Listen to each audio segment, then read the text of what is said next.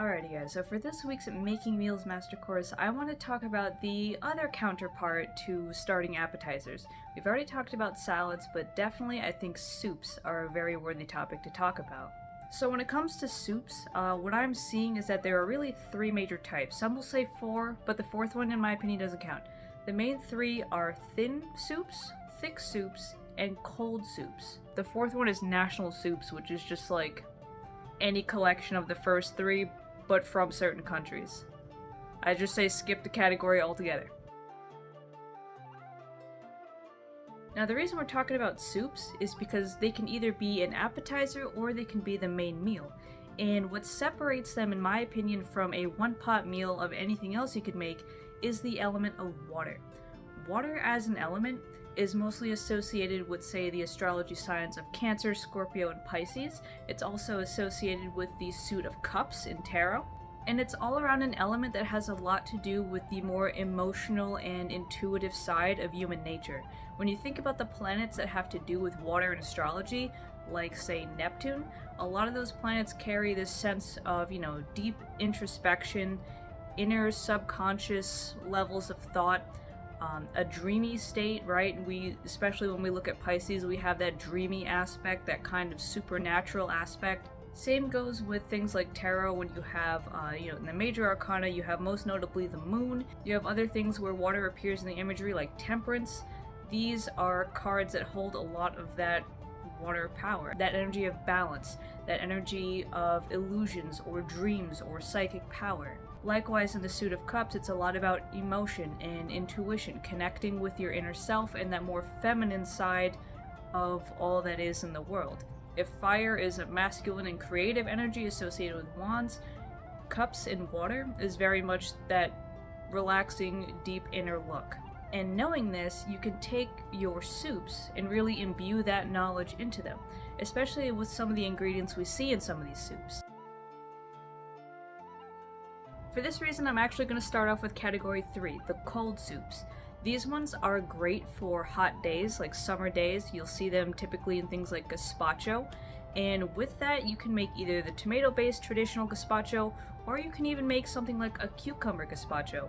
Both of these main ingredients, cucumber and tomato, are very much water-based and have a lot to do with those themes of love, purification, intuition, psychic power, especially because they're associated with planets Venus and the Moon. I know it's a little weird to think about having a cold soup, but really they can be very refreshing, especially when it's really hot out and you want a soup, but you don't want to make the whole house really hot with said soup. They're perfect for summer luncheons, they are perfect for any kind of picnic or any, outdoor tea time date. They are really great things to serve either as an appetizer on the side of maybe a little sandwich or something, or as a full meal. And in the summertime, when the harvest is coming in and you have all of these tomatoes and you have other things like cucumbers growing, you even have things like watermelons growing maybe, they make a really wonderful addition to any summer plate. With spring and summer on the way, these are the things to think about. And you can also do a lot of stuff with pea shoots or any other kind of, early spring greens. Those kinds of things too can really bring in that nice flavor. There's actually a French soup too, which is called vichyssoise. I probably butchered that, but likewise, it's a, creamier soup with leeks and, other kind of bright, creamy flavors like that. When you have all those fresh onions and chives and things coming up, these are the kind of soups that honestly are pretty good to kick off a warm season with.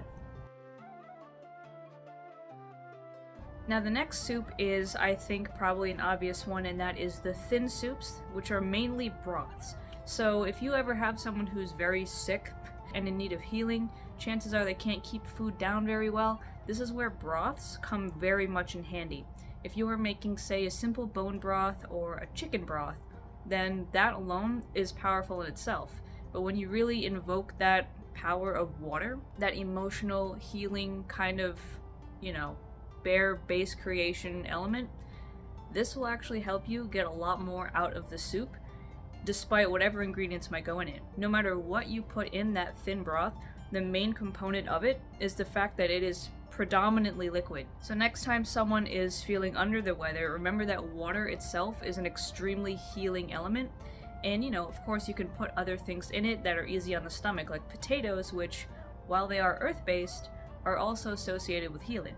To riff off the idea of national soups, though, there are many soups like borscht, which can either be, more full of vegetables, or, on the case of, Ukrainian Christmas Eve, they may very well be associated with just that appetizer, right?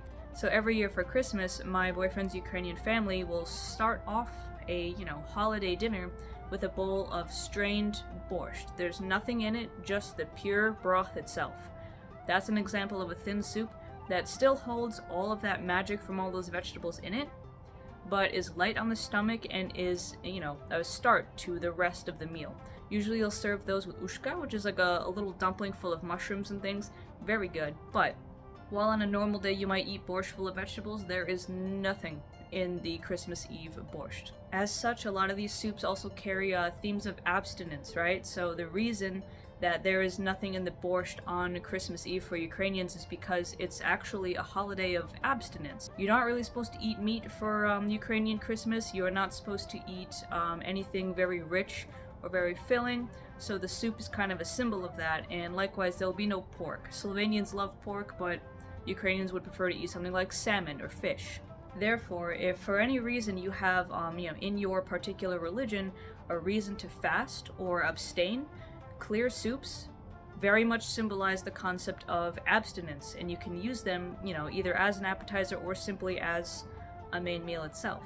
Whether for healing, for fasting, or for any other religious purposes where you are really trying to connect psychically with the unseen world, thin soups, especially ones bare of other ingredients, are perfect.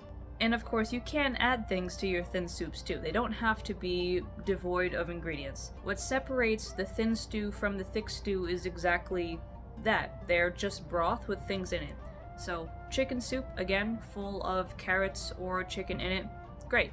If you wanted to do any other kind of, regular stew, a vegetable stew full of chunky vegetables, it's still predominantly broth-based because those vegetables haven't totally broken down and thickened up that broth.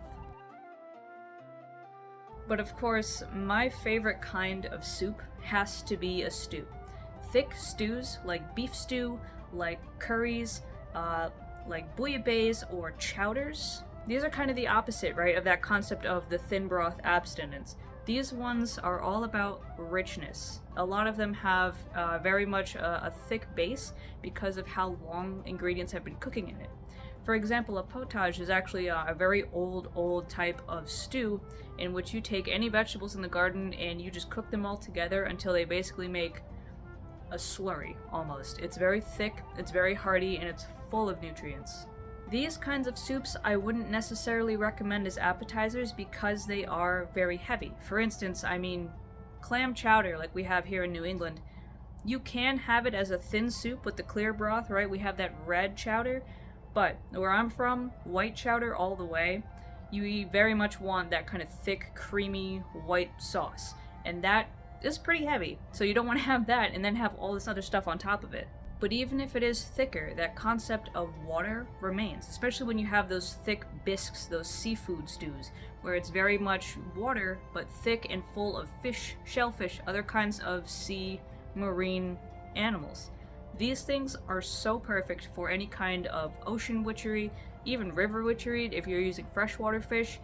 These very much will help you connect with the concept of water, not only by the base of the meal itself, but by those ingredients in it. And of course, many different kinds of fish, like carp, are associated with luck and, money, prosperity, all these kinds of things. So while you can very much heal yourself and your intuitive side, you can heal internally, subconsciously, and psychically, you can still also get those extra benefits of, prosperity and all these other things. You might even use it to enrich your spiritual life. Soups are kind of underrated when it comes to really building those psychic skills. And just like you can make moon water by setting out, just a cup of water out in the full moon, imagine a soup that you make on a night of a full moon.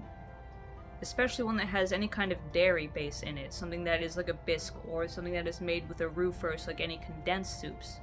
That is going to be very psychically charged and a perfect thing for any kind of water-related month, like this month, as we come into Pisces season.